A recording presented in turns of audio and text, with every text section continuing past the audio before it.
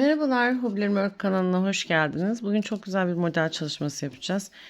İpime bir model çalışması yaptım. Hoşuma gitmedi. Söktüm öyle. Beyaz ipim yok hanımlar. Alamadım henüz. Beyaz modelimizi beyaz renkle çalışacağız. İpimin markası yine Maxi Ö ipi. Şöyle başka bir ip markasından kağıdını göstermek istiyorum. Aynı markanın beyaz rengini kullanarak modelin anlatımını yapacağım. Tabii ki bu bir ip tanıtım videosu değildir. Siz elinizde bulunan bütün ipleri kullanabilirsiniz. Benim kullandığım ipler pamuklu ipler. 26'ya 6 ağ ipleri vardı eskiden, yatak örtüsü örülen kalın ipler. Onların kalınlığına yakın bir kalınlıkta ip. Kamera altında daha net göründüğü için tercih ediyorum. Tekrar belirttim. Hemen kameramı ayarlayacağım ve modelimizi kurmaya başlayacağız. Kameramı yakınlaştırdım. İpimin kalınlığını yakından daha net görün istiyorum. Motiflerinizin ona göre nasıl olabileceğini değerlendirebilirsiniz. Modelin orta kısmını sihirli halkayla başlayacağız. Ben işareti parmağıma dolayarak yapıyorum. Siz bildiğiniz bütün yöntemleri kullanabilirsiniz. Hemen sihirli halkamı oluşturdum.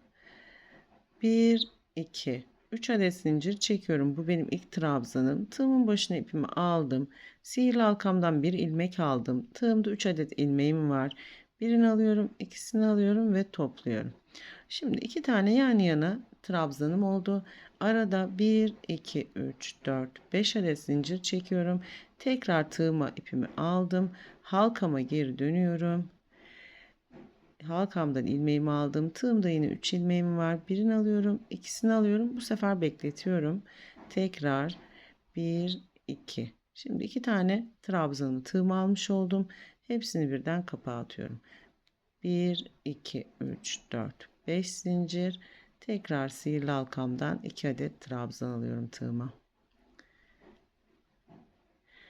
İkisini birden kapağa atıyorum. 5 zincir çekiyorum arada. 4 grup oluşturacağım bu şekilde. 1, 2, 3, 4, 5 zincir. Şimdi şöyle halkamı kapatıyorum. Başladığım yerle birleştireceğim.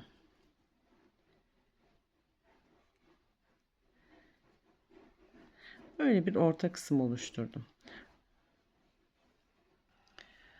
Modelin orta kısmını oluşturdum hanımlar.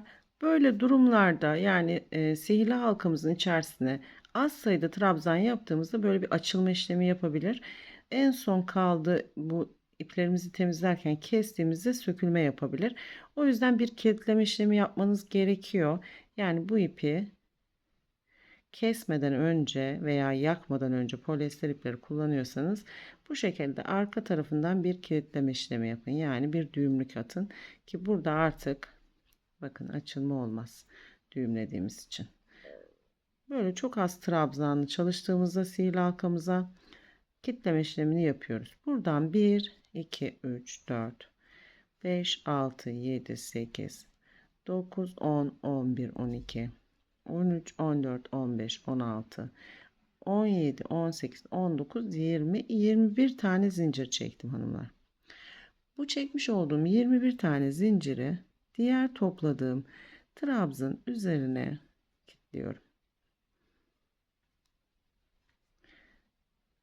Tekrar 1, 2, 3, 4, 5, 6, 7, 8, 9, 10, 11, 12, 13, 14, 15, 16, 17, 18, 19, 20 ve 21.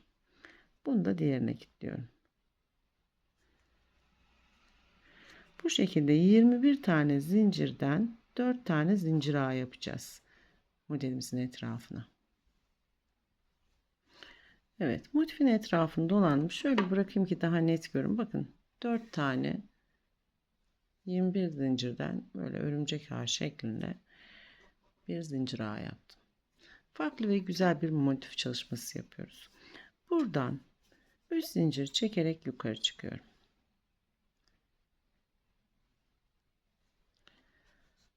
1, 2 ve 3. Bu 3 zincir bakın benim ilk trabzanım olacak. Tığımın başına ipimi alıyorum. Zincirime batarak yani buradaki zincirime batarak trabzan yapacağım. Zincirden ilmeğimi aldım. Tığımda 3 adet ilmeğim var. ikili trabzan yapıyoruz. İkisini alıyorum ve ikisini alıyorum. Bu birinci trabzanım. Tekrar bir yanındaki zincire batıyorum ve ikili trabzan yapıyorum. Sırayla zincirlere batıyorum. Tekrar 1 2.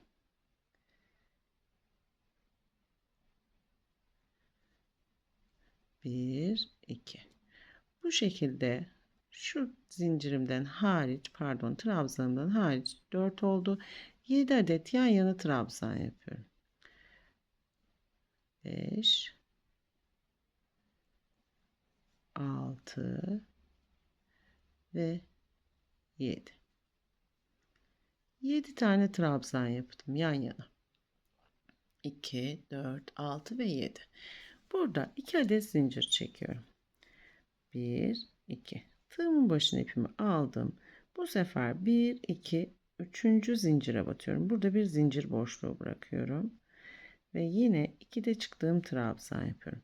Yanına bir boş kutu yapmış oldum. Öyle düşünelim. Tekrar 1, 2, 3, 4, 5 zincir. Aynı şekilde 2 trabzan. Aynı boşluğa 2 tane trabzan yaptım. Buraya da bir V oluşturmuş oldum.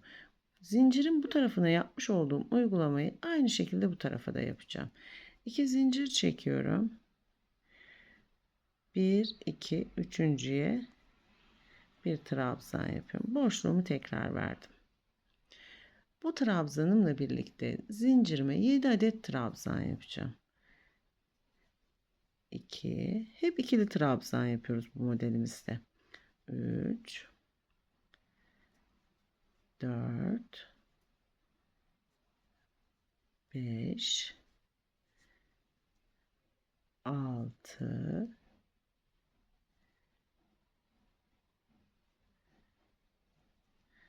ve 7. Şöyle bırakalım. 7. Şimdi bunu bir görmenizi istiyorum. Biraz böyle tuhaf gibi görünebilir. Bakın zincirimize yapmış olduğumuz kurulumumuz bu şekilde. Burada şu birleşim noktasına da bir trabzan yapacağız. Hiç zincir çekmiyorum. Birleştirdiğim noktaya da bir adet ikili trabzan yapıyorum. Diğer zincirime geçtim. 4 zincirime de bu kurulumu yaparak bir sıra boyunca dolanıyorum. Modeli etrafını komple dolandım. Şöyle de elimden bıraktım, daha net bir şekilde görün istedim. Modelimizin bu sıradaki görünüşü bu şekilde. Bir yıldız şeklinde. Deniz yıldızı gibi duruyor. Şimdi başladığımız yerle birleştireceğiz. Hemen şöyle göstermek istiyorum. Birleştirme işlemini yapmadım. Hemen burada 7 tane trabzanımı yaptım. Şöyle göstereyim. 2, 4, 6 ve 7. Burada başladığım trabzanıma 3 zincir çekerek bir trabzan oluşturmuştum. Onun üzerine kilitliyorum. Böylelikle sıramı bitirmiş oldum. Bir üst sıra için ipimi 1, 2, 3. trabzan üzerine alacağım hanımlar. Burası önemli. Başlangıcımı 1, 2 ve 3 adım ileri taşıyorum. Yani 3. trabzanın üzerine aldım. Bir üst sıra için 3 adet, burada 2 adet zincir çekiyorum. Bu 2 zincir benim birinci trabzanım. Buradan 2 adet trabzan eksiltmiş olduk. Önümüzde 5 tane trabzanımız var. 5 trabzanımı yapıyorum. 2, 3, 4 ve 5. 5 adet trabzanımı yaptım. 5 adet trabzanımı yaptım. Trabzanımı 7'ye tamam çıkartacağım. Yine eksilttiğimi buradan artırıyorum. 6 ve 7. Son trabzandan artırıyorum hanımlar. Yani sondaki trabzana 3 tane trabzan yapmış oldum. 2 zincir çekiyorum. Alttaki trabzanın üzerine bir trabzan yapıyorum. 2 zincir çekiyorum. Tam uç noktasına zincire batarak bir trabzan yapıyorum. Tam uç noktası burası modelin. Tekrar 5 adet zincir çekiyorum. Aynı noktaya batarak bir trabzan daha yapıyorum.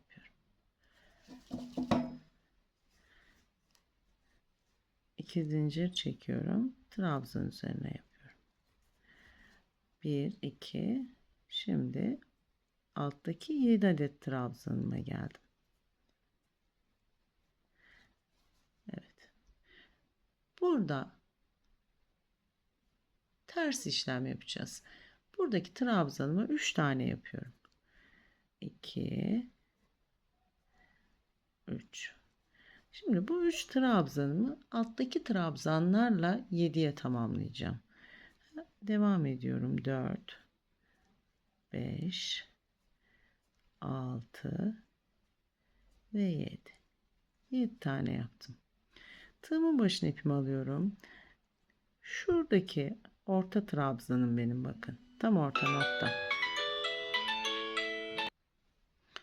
Trabzanımı 7'ye tamamladım. Bakın 2 tane eksilttim buradan yine. 1 2. Şu benim orta trabzanım. Yani tam birleştirme noktasına yaptım. Oradan sonra sayıyorum.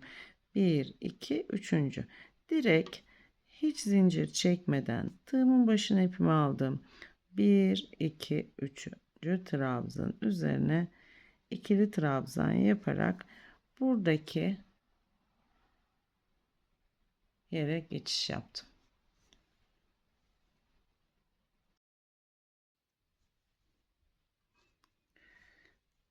Yan yana 5 tane trabzanımı yapıyorum.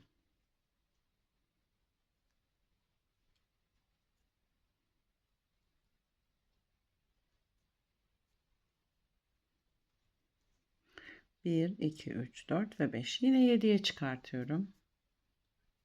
2 tane daha aynı noktaya trabzan yapıyorum. Ve 7. 2 zincir çekiyorum.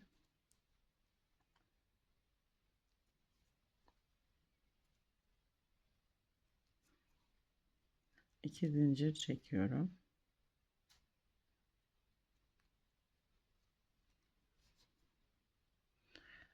Beş adet zincir çekiyorum. Aynı noktaya tekrar bir tane.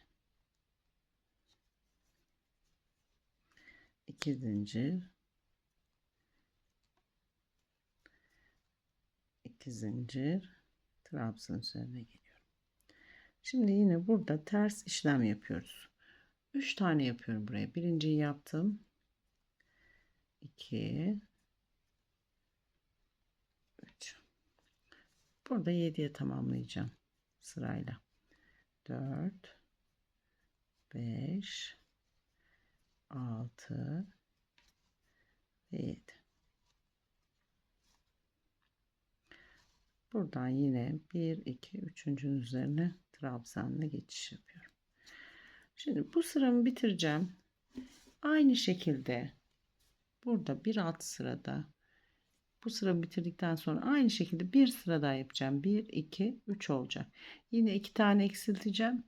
Buradan kaydırma işlemi yapacağım. Buradan artırma işlemi yaparak bu sıram bittikten sonra bir sıra daha dolanacağım motifi.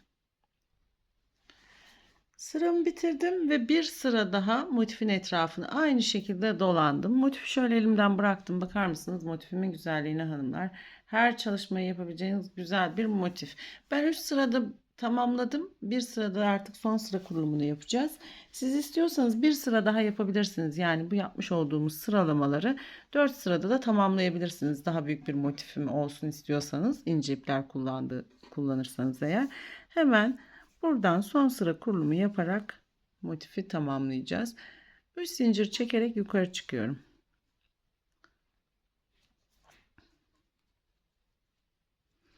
Üç zincir benim ilk trabzanım. Aynı noktadan şu boşluktan tığıma trabzan alıyorum. 2 de tığımda bırakıyorum. Tekrar ve tekrar. Hepsini birden topluyorum. 1 2 3 4 5 adet 3 adet zincir çekeceğim. Buraya bir kirpik yapacağım. 3 adet zincir çekiyorum. Şimdi bunun üzerine bir kirpik yapıyorum. Şöyle trabzanları topladığım noktadan alıp kilitliyorum. 5 adet zincir çekiyorum. Son trabzanın üzerine kilitliyorum. Bakın şu şekilde.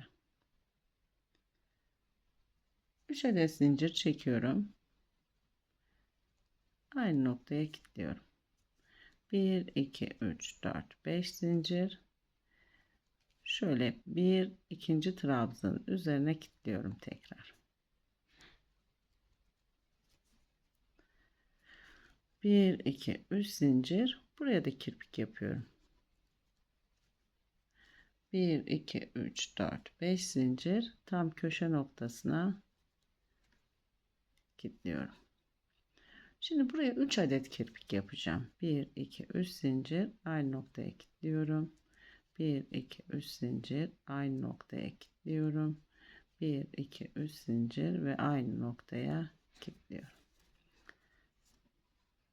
3 tane kirpik yaptım. Bu modifin orta noktasını bu şekilde, kenarlarını bu şekilde ve köşe noktasını 3 kirpikli çalışarak motifin etrafını dolanıyorum. Evet, motifimin etrafını komple dolandım ve böylelikle bir tane motifimi yapıp ve tamamlamış oldum.